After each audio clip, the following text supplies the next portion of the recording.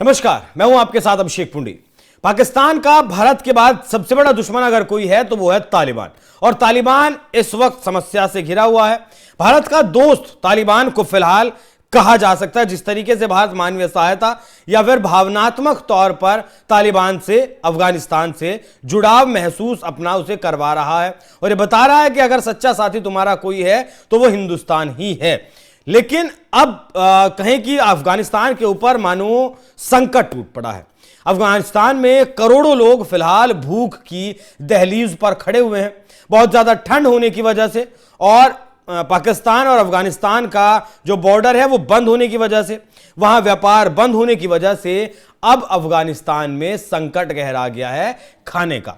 जो रिपोर्ट्स दावा करती हैं वो भयावह है। रिपोर्ट से बताती हैं, आईसीआर की रिपोर्ट जो बताती है, आईसीआरसीसी की रिपोर्ट जो बताती है वो बताती है कि लगभग 1 करोड़ से ज्यादा लोग फिलहाल भुखमरी का यहां पर शिकार हैं।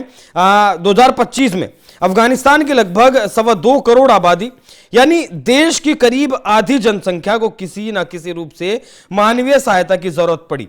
इसका मतलब है कि करोड़ों लोग बिना बाहरी मदद के अपना पेट नहीं भर सकते। समस्या यह है कि अंतर्राष्ट्रीय फंडिंग में भारी कटौती हो चुकी है। अमेरिका समेत कई देशों ने सहायता कम कर दी है, जिससे वर्ल्ड फूड प्रोग्राम जैसे संगठन भी सीमित संसाधनों के साथ काम करने को मजबूर है।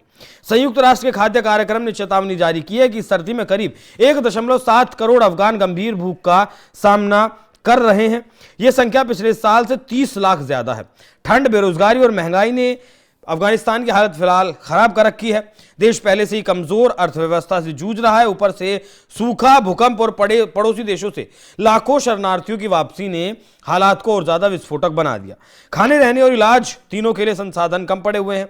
संयुक्त राष्ट्र के एक वरिष्ठ अधिकारी ने हाल ही में कहा कि यह कई सालों में पहली बार है जब सर्दियों में लगभग कोई अंतर्राष्ट्रीय खाद्य वितरण नहीं हो पाया। जहां पिछले साल लाखों लोगों तक मदद पहुंची थी, वहीं इस साल सिर्फ गिने चुने परिवारों को राहत मिल सकी है। उनके मुताबिक 2025 में केवल 10 लाख लोगों को खाद्य सहायता मिली, जबकि 2024 में 56 लाख लोगों को यह सहायता पहुंची थी। फंड की कमी के कारण 2026 में यूएन केवल 39 लाख सबसे जरूरतमंद लोगों पर ध्यान केंद्रित कर पाया। अफगानिस्तान के शरणार्थी मामलों के मंत्री अब्दुल कबीर के मुताबिक पिछले सालों में 71 लाख अफगानी शरणार्थी देश लौट चुके हैं। रहीमुल्लाह भी उन्हीं में से एक हैं। वो पहले अफगान सेना में थे। 2021 में तालिबान के सत्ता में आने के बाद वो पाकिस्तान भाग गए थे, लेकिन 2 साल बाद फिर उनकी वापसी हो गई।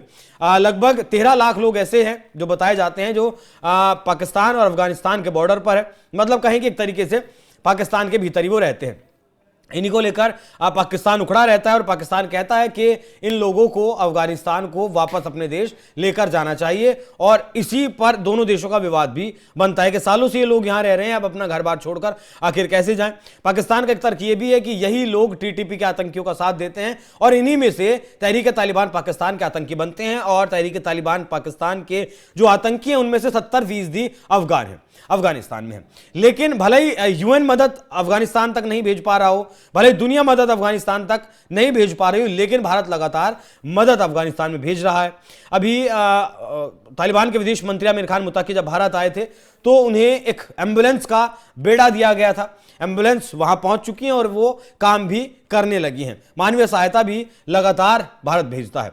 तालिबान सरकार को मतलब आधिकारिक मान्यता तो नहीं दी गई भारत की तरफ से, लेकिन भारत अफगानिस्तान के लोगों को मानवीय सहायता प्रदान लगातार कर रहा है, जो अप्रत्यक्ष रूप से तालिबान शासित अफगानिस्तान तक पहुंचती है। 2001 से लेकर अब तक भारत ने अफगानिस्तान में पुनर्निर्माण और मानवीय सहायता के लिए कुल $3 बिलियन से ज्यादा खर्च किए। 2022 से 2025 के बीच भारत ने 50,000 मीट्रिक टन से ज्यादा गेहूं, 28 मीट्रिक टन भूकंप राहत सामग्री और 200 टन से ज्यादा चिकित्सा आपूर्ति अफगानिस्तान में भेजी है। हाल ही में नवंबर 2025 में भारत ने 73 टन जीवन रक्षक दवाएं, वैक्सीन और जरूरी सप्लीमेंट्स काबुल भेजे थे। सितंबर 2025 में घातक भूकंप के बाद भी भारत ने ताजा मानवीय सहायता प्रदान की। मई 2025 में पाकिस्तान से निकाले गए अफगान शरणार्थियों को भी भारत ने सहायता दी। मतलब यह कहे कि उनके पुनर्निर्माण के लिए भारत काम कर रहा है। जो पाकिस्तान से शरणार्थी अफगानिस्तान आ रहे हैं उनके लिए भारत मकान बनाकर दे रहा है, भारत छत दे रहा है उन लोगों को। तो क्यों ना एक रिश्ता अलग तरीके का जो डेवलप हुआ है उसके पीछे एक बड़ा कारण है। भारत अफगानिस्तान में क्या क्या काम कर रहा है उसकी अगर बात करें तो भारत अफगानिस्तान में मानवीय सहायता, स्वास्थ्य, बुनियादी ढांचे और विकास परियोजनाओं पर फोकस कर रहा है।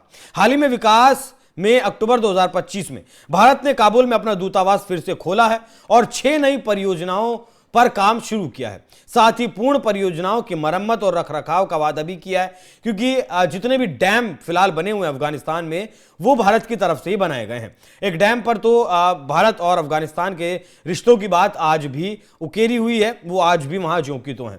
दिसंबर 2025 की अगर बात करें तो भारत और अफगानिस्तान ने स्वास्थ्य पर संयुक्त कार्य समूह गठित किया, जिसमें कैंसर उपचार केंद्रों का निर्माण और स्वास्थ्य परियोजनाएं शामिल हैं।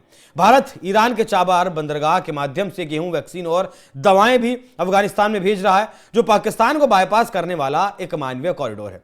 ऐतिहासिक रूप से पाकिस्तान ने अफगानिस्तान के सभी 34 प्रांतों में 500 से ज्यादा विकास परियोजनाएं पूरी की हैं।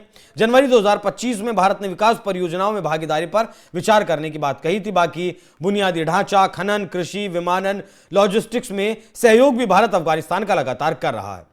भारत ने अफगानिस्तान को बहुत सारी खाद्य मदद भी भेजी है। भारत ने मुख्य रूप से गेहूं के रूप में खाद्य सहायता प्रदान की है। कुल मिलाकर 22 से अब तक 50,000 मीट्रिक टन से ज्यादा गेहूं भेजा जा चुका है। इसमें 50,000 टन 2022 का शामिल है। 2023 में 40,000 मीट्रिक टन जो स्थानीय रूप से मिल और फोर्टिफाइड दिया गया। कुल मिलाकर 47,500 मीट्रिक टन गेहूं की आपूर्ति भूकंप के दौरान की गई। मई 2025 में पाकिस्तान से निकाले गए अफगान शरणार्थियों के लिए 5,000 अफगान प्रवासियों को खाद्य सहायता प्रदान की।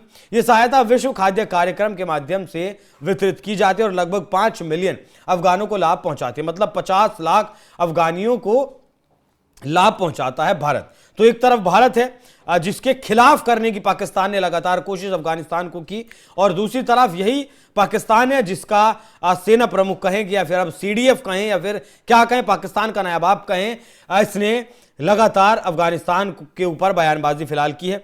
अभी विदेश की धरती पर बैठकर भी अफगानिस्तान के खिलाफ इसने खूब जहर उगला, चेतावनी देने की कोशिश की। हालांकि ऐसे व्यक्ति के मुंह से चेतावनी देना मतलब किसी भी लिहाज से सही नहीं लगता है, क्योंकि इसी मुनीर की सेना के टैंक तक लूटकर अफगानी सेना ले गई।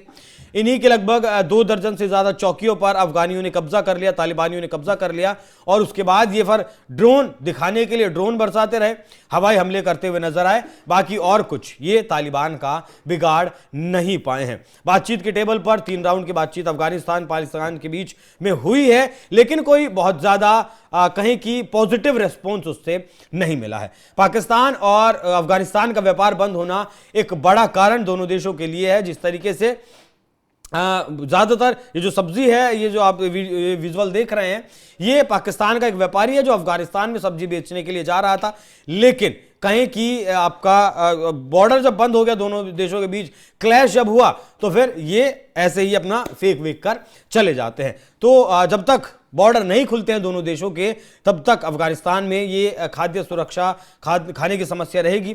लगभग 2.25 करोड़ लोग जूझ रहे हैं, जिनकी मदद लगातार भारत करने की कोशिश कर रहा है और कर भी रहा है। 50 लाख से ज्यादा लोगों के लिए मदद भारत आज भी पहुंचा रहा है। बाकी अफगानिस्तान के जिस तरीके से करीब भारत जा रहा है और जिस तरीके से मानवीय सहायता प्रदान कर रहा है, उस पर आप लोगों की क्या राय है? कमेंट बॉक्स में अपनी राय जरूर बताइएगा। नमस्कार।